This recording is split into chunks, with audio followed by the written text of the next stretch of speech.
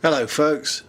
So today's a bit of an experiment. I've been doing a lot of videos in my front room showing you different guitars. I'm now out in my workspace, my workbench, and I'm just going to show you a very basic quick setup that I do. I won't go through the whole thing. The basic thing is because I talk about the importance of setup all the time, I think I should at least show you what tools you might need and some shortcuts that you can make to save yourself some money, because some of these tool companies we won't mention are very expensive. So if you can put together an arsenal of tools that doesn't kill you financially, then you'll be able to do these sort of setups. So this is not a full setup.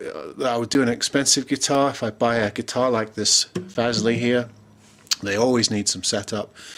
I do a setup with the strings on it. Of course, I've taken all the dimensions before I do any of this. I do a setup with the strings on it and then play around with it for a couple of days, see how it settles down, and then you know, I usually then put a better grade of strings on it. But no point wasting these. These are new strings. I think they're Didarios that they come on there. They're fairly new. There's no point wasting them, cutting them off when they're still quite new. So I'll just show you what I do. So first thing I do, of course, is I have a string winder, and I also have an electric one here. You can get these and get the fittings for them. This is just a Black & Decker. You can see it in the camera there. But I'll just use the easy one right now. And what I do is I start with about 10 tones on the bass. 4, 5, 6, 7, 8, slipping off. 9, 10. I can do this a cinch when I'm not filming it. And then 11, 12,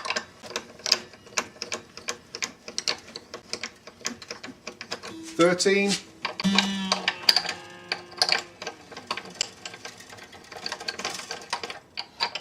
14, 15 or 16.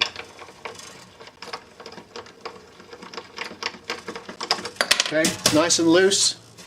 So I then take the strings out of the groove right here on each side.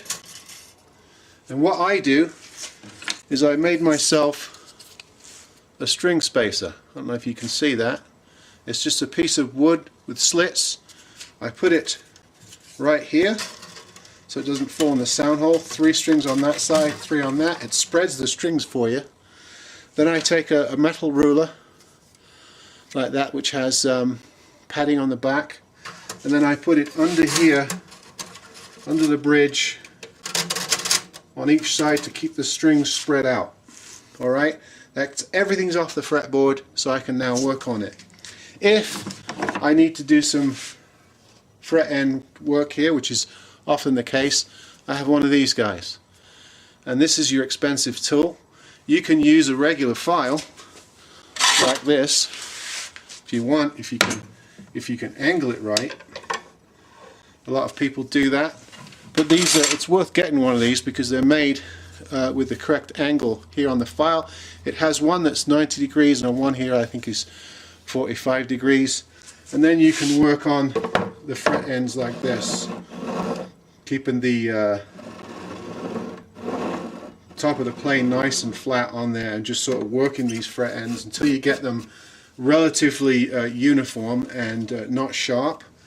That does a lot of the work for you. I usually tape off right here in case the bottom of the file hits the guitar. You don't want to scratch it. It's worth putting a piece of tape on each side. Once you've done that, I use one of these 3-corner files. It has the ends shaved off or milled off, so the file part is just on the 3 different sides, not on the corners. And of course this is where we round off the ends of the file, the ends of the fret, sorry, like this, going all the way up and down both sides. I even do up here, even though your fingers aren't necessarily going to snag up here, I still do it up here because I'm sort of a perfectionist. So, you know, get it nice and rounded on each side. all the way up and down. I have a couple of diamond groove files, recrowning files. This one is an expensive one. It's just always used for recrowning files. It's got a jumbo and a regular fret slot there. This is a cheaper one, and what I do with this is I use it for the fret ends like that, just to clean up the ends like that. This one's already been done, so you're not really hearing any chatter, but I go over the ends with a diamond file. Then when I finish with that, I take a soft block sandpaper, piece of sandpaper, or one of these little sandpaper pads which I cut up into small pieces, and then I just clean the ends up so I get them all nice and smooth. Or with this one here, which is slightly worn, you know, I go along and clean the ends up, and then I usually do a couple of passes along the frets themselves like this to get all the rust and dirt off. You can also use you know, a piece of 4/0 steel wool. People say you shouldn't use these on frets. I've been doing it for years. If I have pickups, I tape them off so you don't get the filings on it. You know, sort of create a channel with your thumb and finger, and just sort of go along to keep the crown on the file. Do the ends as well. I always keep a vacuum, a shop vac right next to it, so I can just turn it on, clean up the file shavings. That's really important. So I can do all my fret work. If I need to do a high fret, I always have my handy fret file. This guy's a beast. He takes down high frets. And of course I have this guy to re-crown them after. And I use, people tape them off. I use, I can't find it right now, but I use little metal, oh here we go. I use little metal guards like this. That's what I do instead of taping it off, for re-crowning purposes like this, see? And I just move it along. I find it works more quickly than taping the whole thing off. So I can do all my fret work with the strings on, with this little spacer thing that I made. Now when I'm done with that, or maybe I'll do it before that, and I take this off, I put the strings back in the grooves right here.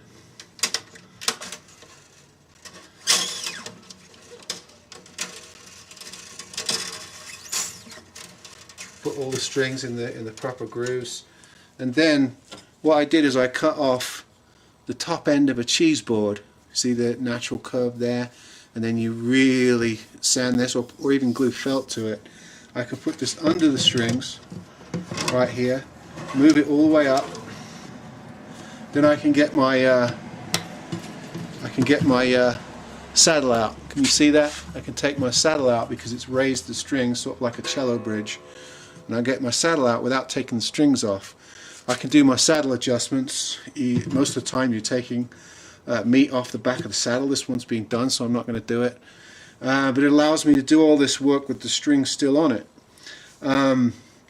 So I can do that, and I can even take this off, take my spreader again, put it in there, either side, take the strings out of the groove here, get it nicely spread out. Oops, I got 4 in one there. Get it nicely spread out again with this little handmade thing. Put my ruler back in to keep the strings off the fretboard, and I can do my oiling. And what I use is just that. We had a conversation about this in the last video. This is just lemon oil, but not real lemon oil. It's just mineral oil with lemon scent. I know there's all kinds of arguments over this. It's what I use. I've used it for years. I put a very little bit on there, and then after 2 or 3 minutes I wipe it off and buff it out. Or if it's not too dry, I just use my oily rag. I keep an oily rag that's only ever had mineral oil on it, and I just, you know, there's enough oil on the rag to just work, you know, getting the fretboard, getting the sheen back, and getting the wood lubricated. And do all that keeping the strings on. And of course, if I take the strings out of the slots, I can do my nut work as well down this end. I hope you can see that. And I have all kinds of files for that. If you can't afford nut files, you can get these really cheap on eBay. See these? It's a series of files that comes in a little fold-up thing, and I find that it has all the correct sizes. It has all the correct sizes in here, different files to take care of your nut filing down here. That's if you don't want to spend a lot of money on your nuts. Sorry. Then I have one of these jobs. These are cheap. You can get these on eBay. And this is a key to a little wrench that tightens up these nuts on your tuners here. Hopefully you can see that on the end. See right here? Maybe not. See it? I tighten them up. I can do all that while the strings are off. Tighten this up, take care of the nut issues, take care of the fret issues, oil the board, take care of the saddle issues. Everything's done, and then really quickly I can take all this off, this piece, put the strings back in the grooves, do the same number of turns. Let's get the strings in the grooves here. And then do the same number of turns, what we say, 10.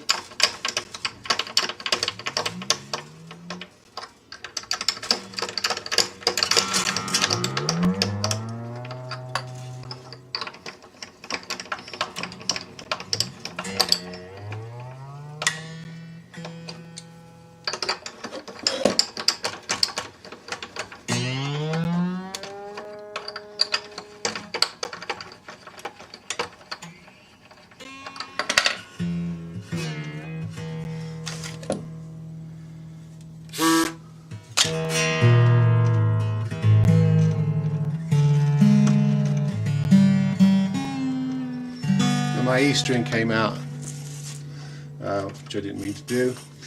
So anyway, basically you can do a whole setup and tighten the strings. It usually takes me about 15 minutes to do a really quick setup on these, unless there's anything really out of whack, like if I have to do a high fret or a couple of high frets, or even a whole refret level. I use the big steel bar with the sandpaper on the end. Of course, if you need to do something like that, it's going to take a lot longer, but for a basic setup with the nut height, saddle height, fret cleanup, polish, that sort of stuff, I can do it in 15-20 minutes, have the same strings back on, have the guitar set up and play it for a couple of days, and then make a decision if I want to upgrade the strings or if the strings that run it are fine, because a lot of times when you buy guitars they come with horrible strings, but sometimes I buy them, they come with perfectly good new D'Addario, even better strings than that. So I don't waste them if I don't have to, and I find that this quick setup allows me to do that. There are all kinds of other tools and things that I have here. You know, I have one of these little pullers for the bridge pins. I made my own bridge pin holder, so that when I take the bridge pins out, if I have to take the bridge pins out, I put them in the corresponding slot, so that when I put them back in, they go back in the same hole, because sometimes they're ever so slightly different, and if you mix them up, you find yourself re-drilling holes or some not fitting. I find it just easy to keep track of where they were with this thing. Drop it in, and then when you're done, put it back in the corresponding hole in the bridge. A lot of little short cuts I've learned along the way. So I just wanted to share that because I haven't done a whole lot of videos at my bench, and I'm just sort of getting used to the camera and where to put it and how to work in this regard. So hopefully there'll be more in future. But for now, that's my quick setup. Bear in mind, every luthier is different, every guitar tech's different. I'm sure people will come on here and say I'm doing this wrong, that wrong. I I have a friend down the street, works in a guitar shop. He does it completely differently, but we produce guitars with the same sort of setup at the end. So we have slightly different methodology. We use different tools. We make our own tools, and they look different, but we're achieving the same end. So that's what we're going for. But you can make things like this. For instance, if you could see this, you can make these things out of this is all made out of an old cheese board, and you don't have to buy those things. You can use things like a metal ruler for a spreader. You can use all kinds of cheap files. Some things are specialist, but I use these sponges for cleaning the fret ends.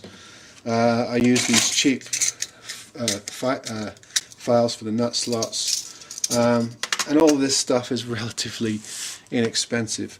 You know, there are other things that I have, some snips for strings. You know, I've got various different string winders. You know, I've got drawers full of this stuff, but you can go a long way with just a few tools. A lot of them you can make yourself, or you can adapt how everyday usage tools to do the job for you. Occasionally you have to buy a special tool. I particularly like this tool, designed for doing fret ends. I've done it the hard way. I just find this easier, and it creates a more consistent shape to the frets. It's worth the $35 I paid for it. So you know, it's kind of a mix of specialist tools and handmade tools and adapted tools and bits of wood, and I can do a quick guitar setup in 15-20 minutes. Hope this helps. See you next time.